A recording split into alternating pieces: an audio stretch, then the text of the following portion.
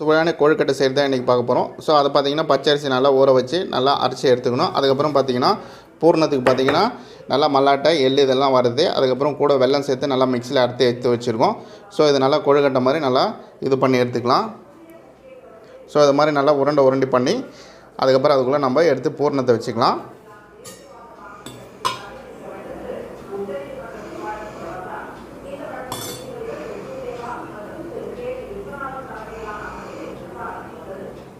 So அது மாதிரி பண்ணி நம்ம இட்லி தட்டில் இது மாதிரி வச்சிடலாம். ரெடி பண்ணி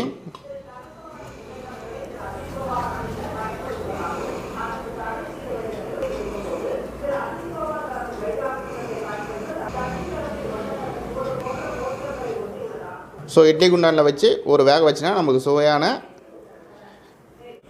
சுவையான கொழுக்கட்டை ரெடி நண்பர்களே. ஸோ மறக்காமல் நம்ம சேனலை சப்ஸ்கிரைப் பண்ணுங்கள். ஃபுல் வீடியோ நம்ம சேனலில் இருக்குது நண்பர்களே. நன்றி, வணக்கம்.